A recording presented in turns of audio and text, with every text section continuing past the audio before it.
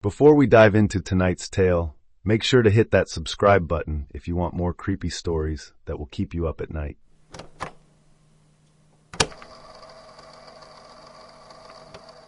St. Thaddeus Academy wasn't the kind of place I ever saw myself working. An elite boarding school tucked away in the backwoods of Vermont, miles from the nearest town, surrounded by dense forests and winding roads that felt like they led to nowhere. But when you're desperate, you take what you can get. After the malpractice suit, I was untouchable in the hospital world. No one cared about the details, only the headlines. The kind of mistake that sticks to your name like tar. So when St. Thaddeus offered me a second chance, with an absurdly high salary and on-campus housing, I didn't ask too many questions.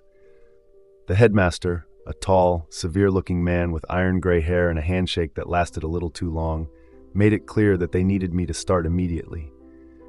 Something about their last nurse leaving quite suddenly. The way he phrased it set off a quiet alarm in the back of my mind, but I ignored it.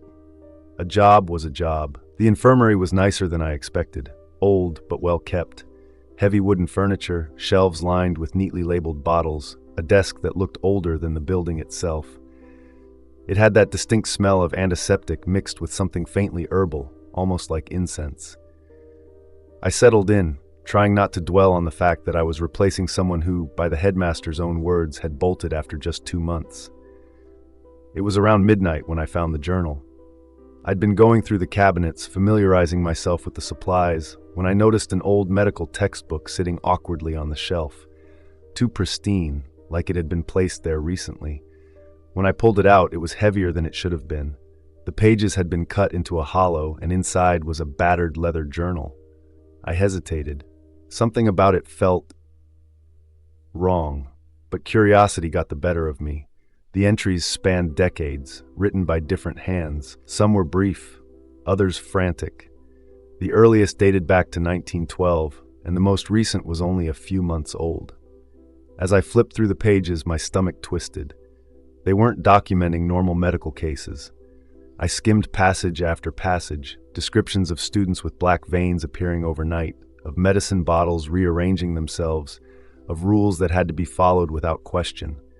The later entries grew more panicked, the handwriting shaky. The last page was written in a different, jagged scrawl. They're not sick. They're changing. Follow the protocols or join them. Underneath the words was a single bloody fingerprint. The stain looked fresh, too fresh for something that should have dried months ago. My fingers hovered over it. Against all logic, I pressed the tip of my index finger to the mark. The blood was warm. A sharp knock sounded from the hallway. I spun around so fast my chair scraped against the floor, heart slamming into my ribs. But when I looked toward the door, no one was there. The unease in my stomach deepened. I took a slow breath and closed the journal, pushing it into my desk drawer like that would somehow erase what I'd read. Then I saw the paper tucked beside it. The rules. They were typed on thick, yellowed paper, crisp despite their age.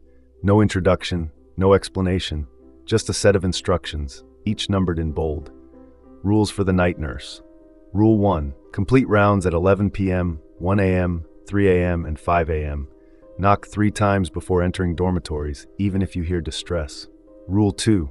Isolate students with black veins or cracked skin in quarantine. Don't document these symptoms. Rule 3. Use only medications from the 3rd shelf, regardless of labels or cabinet rearrangement. Rule 4. If the infirmary drops below 50 degrees Celsius, burn the incense from the desk drawer until the temperature normalizes. Rule 5. Treat students with black eyes between 2 to 4 a.m. normally. Don't let them leave until sunrise. Rule 6. Never acknowledge sounds from the locked basement door, even if they call your name. Rule 7. Place a drop of your blood in the stone basin by the window before ending shift. I read them again, then a 3rd time. The words didn't change, no matter how many times I blinked. My gut told me I should walk away now, that this place was wrong, in ways I didn't have words for yet. But I'd taken the job, and I had nowhere else to go, so I folded the paper, tucked it into my pocket, and got back to work. My second night started out uneventful. I was trying to keep myself busy, flipping through old patient files, getting a feel for the way things were run here. Most of the records were handwritten, which was strange for a school with as much money as this one. Some of the files were missing pages. Others had entries scratched out so violently that the paper had nearly torn through. I was starting to think the previous nurse had been more than just careless when I found the compartment. One of the filing cabinet drawers jammed halfway open. When I reached in to check, my fingers brushed against a seam in the wood, a hidden panel. The kind that wasn't meant to be found unless you knew exactly where to look. I hesitated, then I pressed against it. The panel slid open with a soft click, revealing a stack of old photographs. I pulled them out carefully. The edges were stiff, curling from age, but the images were clear. Portraits of the nursing staff dating back decades, black and white at first, then slowly transitioning to color. Each nurse posed in front of the same background, the infirmary. Their uniforms changed over time, but something about the photos felt wrong. At first, I couldn't put my finger on it. The differences were subtle. One woman had fingers that seemed just a little too long, tapering into sharp points. Another had skin with an unnatural sheen, almost iridescent under the light. And then there were the eyes. Several of them had pupils that weren't round. They were slitted, vertical, like a cat's or a snake's. I exhaled slowly, my pulse picking up. I flipped through them faster, half expecting to find some logical explanation. A trick of the light, a camera glitch, anything that made sense. Then I saw the last photo, and my stomach turned to ice. It was me, a professional headshot, just like the others. Same background, same uniform, but I had never posed for this picture. Never stood in front of that camera. Never sat for any school-issued photo since arriving here. And yet, there I was, but it wasn't me. The woman in the picture looked like me. Same hair, same posture, but her eyes were pitch black. Solid, depthless voids. Her lips curved in the faintest hint of a smile, just enough to reveal rows of needle-thin teeth. I dropped the stack. The photos scattered across the desk, some slipping to the floor. My hands were shaking. I swallowed against the bile rising in my throat, my eyes locked on the image of my own face, twisted into something inhuman. A sound broke the silence, a soft shuffle just beyond the doorway. I snapped my head up, staring at the infirmary entrance. The door was open, just a crack. I hadn't left it that way. My breath hitched. For a long, terrible moment, I didn't move, didn't blink. Then, slowly, I reached out and flipped the photo face down. I gathered the others, shoved them back into the hidden compartment, and slid the panel shut. My heartbeat pounded in my ears as I stood up, crossed the room, and nudged the infirmary door all the way open. The hallway was empty. I held my breath, listening. The school was silent. No footsteps, no rustling fabric, just the steady hum of the fluorescent lights above. I waited another few seconds before closing the door and locking it behind me. Then I turned back to my desk, the weight of the hidden panel pressing against my thoughts. I didn't want to know who had put my picture there. I didn't want to know when. But most of all, I didn't want to know if I was already changing. The infirmary was quiet when he walked in. A boy, maybe 13 or 14, wearing the standard St. Thaddeus uniform, pressed slacks, a button-up shirt, and a blazer that looked just a little too big for him. He had a tissue pressed to his nose, already soaked through with blood. "Have a seat," I said, gesturing to the exam chair. He obeyed without a word, moving with the sluggishness of someone who had been through this before. "Does this happen often?" I asked, reaching for a fresh gauze pad. "Sometimes." His voice was flat, disinterested. "It gets worse at night." I frowned but didn't press. I'd already figured out that most of the students here weren't in the habit of volunteering information. I tilted his head back slightly, pressing the gauze against his nose. "Hold this here. Should stop in a few minutes." His eyes flicked toward me. "It won't." I sighed, already bracing for a long night. "All right, let's see." Then I noticed his blood. It wasn't dripping the way it should. It was moving. Thin rivulets of red stretched unnaturally across my glove, defying gravity. Not spilling, not clotting. It crawled, tiny tendrils slithering up my fingers across the latex like something alive. My breath hitched. I pulled my hand back instinctively, but the blood didn't fall away. It absorbed into my glove. No, not into my glove. Into me. A cold shock spread up my arm as the last trace of red vanished, sinking into my skin as if it had never existed. The boy watched the whole thing in silence. Then, in a voice barely above a whisper, he said, "It recognizes you as family." A chill ran down my spine. I forced myself to breathe, to think. My hands looked normal. No stains, no lingering dampness. I flexed my fingers, waiting for the latex to feel damp, sticky, nothing, like it had never happened. The boy just sat there, expression unreadable. "You're all set," I said finally, my voice steadier than I felt. He took the gauze from me, but there was no more blood, no more nosebleed, just dry, untouched white. I let him go. I didn't sleep that morning. By the time I crawled into bed, exhaustion was settling heavy in my bones. My hands felt strange, not painful, not numb, just different, like I wasn't entirely sure they belonged to me anymore. I must have dozed off at some point because I woke up to something worse. Thin black veins, like ink bleeding beneath my skin, spreading across my wrists. I bolted upright, heart pounding. The veins moved, not pulsing, not throbbing, but shifting, retreating as the morning sun streamed through my window. Within seconds, they were gone. I stared at my bare skin, untouched, normal. But I knew what I had seen, and I knew it wasn't finished with me. It had been 2 nights since I noticed the black veins on my wrists.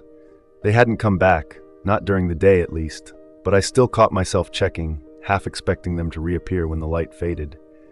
I kept my sleeves down. I didn't tell anyone. On my 4th night at St. Thaddeus, I went through my rounds like usual. Everything felt normal, or at least as normal as it could be in this place. The infirmary had been quiet.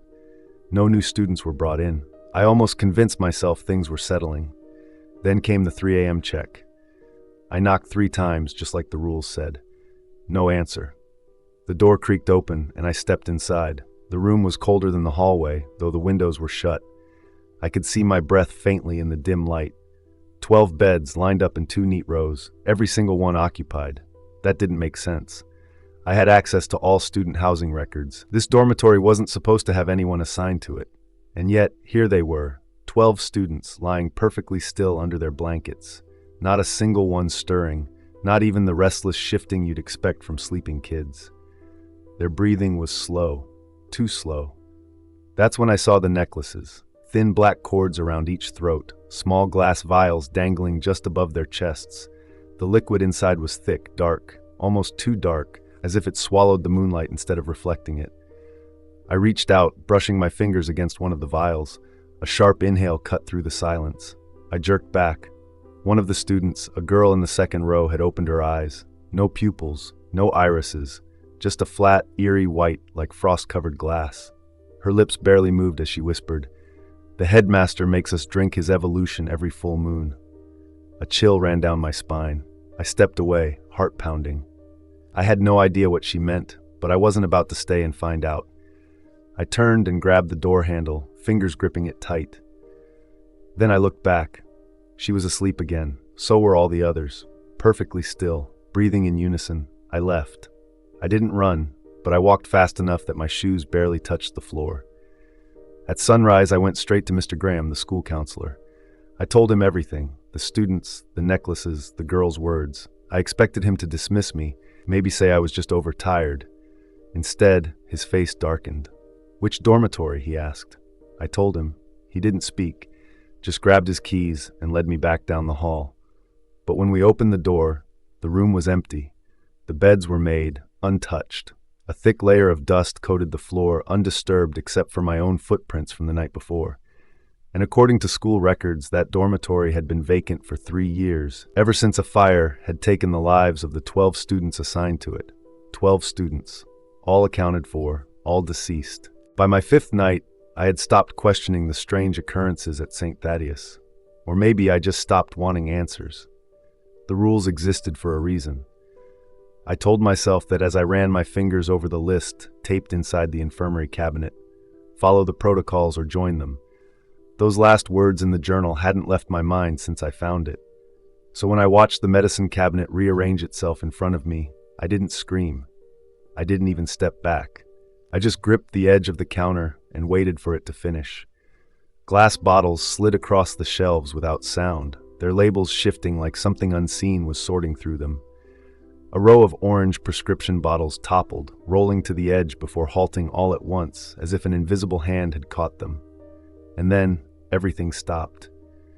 I exhaled slowly, releasing a breath I hadn't realized I was holding. Only the third shelf remained unchanged. The rules said to use only those medications, no matter what. I reached for the nearest bottle. Vitamin supplement, take as needed. It wasn't a brand I recognized, but nothing in this place followed normal regulations. The liquid inside was a murky brown, thicker than it should have been. I turned the bottle toward the light, and that's when I saw them. Black larvae, not floating, not suspended in the liquid. They were moving, squirming, writhing against the glass like they were trying to find a way out. My fingers tightened around the bottle, but I didn't drop it. The light above the cabinet flickered, and in that brief second of darkness, the movement stopped. Completely. Like whatever was inside knew it was being watched. A knock at the infirmary door made me jump. I turned to see a student standing in the doorway, pale and sweating. She clutched the frame for support, swaying slightly. "I don't feel good," she mumbled. "I think I have a fever." My gaze flicked back to the bottle in my hand. Rule 3. Use only medications from the third shelf, regardless of labels or cabinet rearrangement. I hesitated. Then I twisted the cap off. The liquid inside didn't move as I poured the dose. No sign of the larvae. It just looked like regular medicine now. The girl took it without question, swallowing quickly before wiping at her mouth. "Get some rest," I told her. "Come back in the morning if you're still feeling off." She nodded weakly and left. By sunrise, she wasn't just better. She was thriving. I passed her in the hall the next afternoon, expecting her to look groggy or at least recovering. Instead, she was practically glowing, alert, energetic, eyes sharp like she'd just woken from the best sleep of her life. But as she spoke with her friends, I noticed something. Tiny shifts beneath her skin. Not much, just the faintest ripple around her wrists and the base of her throat, like something small and alive was moving beneath the surface. She caught me staring. I forced a tight smile and walked away. I didn't check my own wrists until I was locked in the infirmary that night. No black veins, no movement, nothing to suggest I was changing, but my fingers still tingled where the bottle had been. By my 6th night, I stopped assuming I had control over anything happening at St. Thaddeus. I still followed the rules, still did my rounds, but I moved through the halls with the quiet awareness of prey. Whatever was wrong with this place, it was watching. It was waiting. I found the crawl space by accident. The storage closet in the infirmary had always seemed too shallow. Not by much, but just enough to make me feel like there was space missing behind it. The back wall was solid, but when I pressed against it, something shifted. It took a bit of force, but eventually the panel gave way, revealing a dark, narrow passage beyond. Cold air rushed out, damp and stale like an old basement. I hesitated, then reached for my phone, flicking on the flashlight. The beam cut through the darkness, illuminating something pale in the shadows. I moved forward, careful to keep my breathing steady. At first, I thought they were bodies. Dozens of them, crumpled and motionless, lined up against the walls. But as I got closer, I realized they weren't corpses. They were empty. Skin, clothes, hair. All intact, perfectly preserved, but hollow. Like discarded shells, split clean down the spine as if something had torn itself free. I swallowed hard and stepped closer, my fingers trembling as I reached for the nearest one. The fabric of the uniform felt real, the strands of hair soft between my fingertips. A name tag was pinned to the blazer, Mark Holloway, 1997. I turned to another, Miss Thatcher, 1963. Dozens of names, dozens of dates, some recent, others dating back decades. Then I saw it. Near the very end of the row, separate from the others, a nurse's uniform. The name tag read Margaret Avery, 2 months ago. My predecessor, the one who had left suddenly. A cold sweat broke out down my back. I turned to leave, to get as far from this place as possible, when something caught my eye. One last shell. It was different from the others, not slumped over, not aged with time. It was perfectly intact, waiting. My stomach twisted as I read the name tag. Eliza Reeves, this Saturday. I stumbled backward, nearly tripping over the shells behind me. My flashlight flickered, and for a split second, I swore I saw something shift inside the empty husks, like a breath passing through them. I didn't stay to find out. I shoved my way out of the crawl space, sealed the panel shut, and locked the closet behind me. My hands were shaking so badly I could barely hold my keys. I had 3 days until Saturday. I didn't know what would happen when that date arrived. But I knew one thing for certain. I wouldn't be here to find out. 3 days. That was all I had left. I kept repeating it in my head, like if I focused hard enough, I could somehow stop the days from passing. I barely slept. Every time I closed my eyes, I saw that empty shell with my name on it, the slit down the back, the hollow space where something used to be. I thought about running, just grabbing my things and leaving before Saturday came, but the storm had other plans. By Friday morning, the roads were gone. Sheets of ice covered everything, and the power lines groaned under the weight of frozen rain. The school was locked in, and so was I. Then, just as the sun set, the landline rang. I knew before I picked up who it would be. "Miss Reeves," the headmaster said, "I require your assistance. My mother isn't well." There was no room for refusal in his voice. The headmaster's residence sat apart from the main school grounds, past the faculty housing. It was older than the rest of the campus, made of dark stone that seemed to drink in what little light the overcast sky provided. Inside, it was warm, uncomfortably so. He led me up a winding staircase, past old paintings of headmasters long before him. Their eyes followed me, I was sure of it. At the end of the hall, he stopped before a heavy wooden door and pushed it open. The room was humid, thick with a smell I couldn't quite place, sweet but not in a pleasant way. The walls were lined with bookshelves, and at the center of the room sat an enormous porcelain bathtub filled with something golden and thick. Not water, not anything I recognized. Suspended within it was a woman. She was impossibly old. Her skin was shifting, translucent in some places, revealing something beneath that wasn't quite human anymore. New shapes twisted under her ribs, her spine curling in ways a human shouldn't. "She's been in metamorphosis for 87 years. The headmaster said, watching me. I took a step back. "What?" He moved to a desk against the wall, flipping open a heavy book. "Some transitions take longer than others," he said. "Yours is already beginning." I didn't want to look, but I had to. The pages were filled with old photographs, sepia-tone portraits, fading hospital records, and faces I recognized. My great-grandmother, my grandmother, my mother, each of them caught in different stages of change. And then, on the last page, my own photo. I looked down at my hands, my wrists, the black veins pulsed beneath my skin. "The Reeves bloodline has always been special," the headmaster murmured. Outside, the storm raged on. I was trapped, and time was running out. I didn't go back to the infirmary that night. I stayed in my room, the pages of that old journal spread out before me, my fingers tracing the names over and over. Reeves, my family, listed alongside dozens of others. I read until my vision blurred, my mind fighting to reject what I was seeing. St. Thaddeus wasn't a school. It never had been. It was an experiment, a controlled environment built for the purpose of cultivating something beyond human. The founder, Dr. Alastair Thaddeus, had been a contemporary of Darwin. But while Darwin studied natural selection, Thaddeus believed in something more deliberate.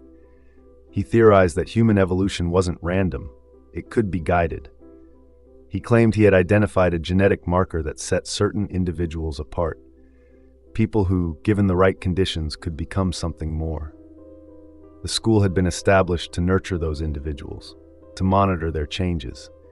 And the nurses, I swallowed hard, scanning page after page of case studies. The nurses had never just been caregivers. They were observers, participants. Their medical knowledge made them valuable. Or in some cases, I turned to a section marked failed integrations. My breath caught. Nurses who resisted the process weren't simply dismissed. They were used. Their bodies became hosts, incubators for failed metamorphoses. The shells in the crawl space, the split, discarded remains, they hadn't been students. I pressed a hand to my stomach, nausea rolling through me. The quarantine wasn't to prevent infection. It was containment for those nearing their final stage. And Rule 7, placing a drop of blood in the stone basin, it wasn't a ritual. It was a test, a daily measure of my body's reaction, a way for them to track my progress. By following the rules, I'd been giving them exactly what they needed to monitor my transformation. My hands trembled as I flipped back to the beginning, to the earliest pages, the first subjects, the first successes. And there, right there in faded ink, Eleanor Reeves. My great-grandmother, she had been one of the first successful cases. I stared at the name, my heartbeat pounding in my ears. I hadn't been hired at random. I hadn't been some desperate nurse in the right place at the right time. They had brought me here. I had been chosen. The storm outside had eased into silence.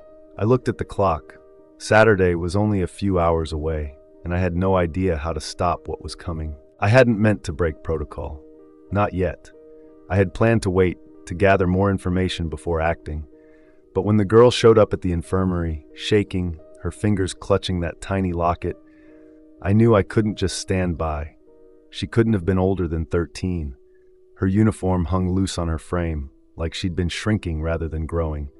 But it was her eyes that got me, the way they darted around the room, wild, searching for something that wasn't there. "They keep saying it's normal," she whispered, opening the locket.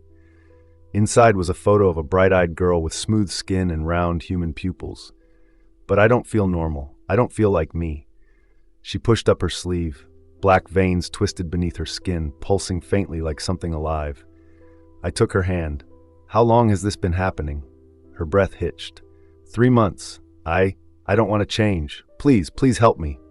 I should have followed Rule 2. I should have locked her away in the quarantine room and pretended I never saw her. Instead, I took a blood sample. Under the infirmary microscope, the truth revealed itself. Tiny, writhing organisms threaded through her bloodstream, consuming her, rewriting her DNA strand by strand. They didn't behave like a virus. They weren't killing her. They were reshaping her. For the first time, I understood. This wasn't some dormant genetic trait awakening naturally. This was induced. The students weren't just evolving. They were being altered. I didn't have much time. I grabbed medications from the locked supply drawer, ones I wasn't supposed to use. A combination of antivirals, immunosuppressants, and blood thinners. A crude, desperate attempt at stopping whatever was happening inside her. The girl trembled as I injected the mixture into her arm. For a second, nothing happened. Then she let out a sharp gasp, clutching her chest as her black veins pulsed violently. A deep, gurgling sound escaped her throat, something shifting backward. I held my breath. "Is it working?" Before she could answer, the lights flickered. Then from down the hall, a click, a slow, deliberate creak. The basement door, the one I had never seen unlocked, the one I had been told to ignore. The girl gripped my wrist. "They're coming." A figure stepped into the dim light of the infirmary. The headmaster. At first glance, he looked normal. His usual pristine suit, his unreadable expression. But then his skin rippled. The fabric of his clothes stretched, adjusting as if he was struggling to hold his shape. More figures followed. Nurses, students, or at least what had been nurses and students. Their limbs moved wrong, too fluid, too unnatural. Skin sagged and tightened as if their bodies couldn't decide on a shape. Their eyes were too dark, their smiles too wide. The headmaster exhaled, and his voice came softer than before, almost kind. "Every nurse reaches this crossroads," he murmured. "You can embrace your heritage and join us in ascension." His jaw shifted, clicking wider for a split second before snapping back into place. "Or," he continued, taking a slow step forward, "force us to accelerate your process." I had anticipated this moment, the confrontation, the choice, the inevitability of what they had planned for me. The headmaster took another step forward, his presence unnervingly calm. Behind him, the others waited, their bodies shifting, too fluid, too uncertain. The girl I had treated clutched my sleeve, her pulse rapid against my skin. "You've already begun to change," the headmaster said, his tone almost amused. "Your ancestors embraced it. Why resist?" I exhaled, feeling the heat rise beneath my skin. My veins pulsed, but not with the same writhing blackness as the others. Because I had prepared for this. The treatment I had created wasn't meant to reverse the transformation. That had never been an option. It was meant to control it. I met the headmaster's gaze. "I understand my heritage better than you think." Pain splintered through my body as the change accelerated, but it wasn't like theirs. My skin cracked, but instead of peeling away to reveal dark scales or shifting muscle, something else emerged. A luminescent network of hardened lines spread across my arms, glowing faintly like bioluminescence. The exoskeleton formed, reinforcing my body, not something unstable and in flux, but something deliberate. The headmaster's expression darkened. "What have you done?" I flexed my fingers, watching the light ripple through the new structures forming beneath my skin. My great-grandmother had left behind more than just a name in their records. She had left her own journal, and in it she had written one crucial truth. Their evolution isn't the only path. I turned to the girl, whose black veins had begun to recede, stabilizing. She wasn't reverting to human. She wasn't continuing the school's forced transformation. She was becoming something new. Behind the headmaster, the other faculty shifted uneasily. Their bodies had gone too far, too unstable, too entrenched in their version of evolution to turn back. They saw it now. They saw that I had given the students something they had never been offered before, a choice. Some students chose to complete the transformation, becoming what the school had been breeding for centuries. Others took the counteragent and returned to human form, the genetic mutation suppressed, dormant once more. But there were those, like me, who embraced the third path, a controlled evolution, a conscious one. The headmaster's skin rippled violently, his lips peeling back in something that wasn't quite a human snarl. "You have ruined centuries of progress." I met his gaze, unflinching. "No, I've set it free." He didn't argue.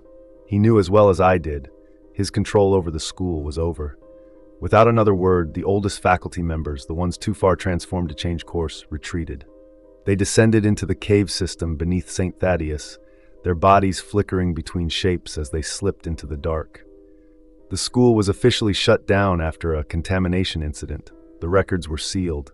Investigators came and went. Some never returned. But the school never truly closed. Under my guidance, St. Thaddeus became something else entirely. The quarantine area was repurposed, not to isolate students, but to teach them, to stabilize their transformations, to ensure that no one was forced into something they didn't understand. Government officials still visit, though they find nothing but an empty ruin. Local residents report strange lights from the abandoned towers, shadows flying against the night sky. And every year, though the school doesn't officially exist, applications still arrive. Not from ordinary families, but from those whose blood remembers. Thanks for watching. Don't forget to subscribe for more creepy stories. Stay safe, and see you in the next nightmare.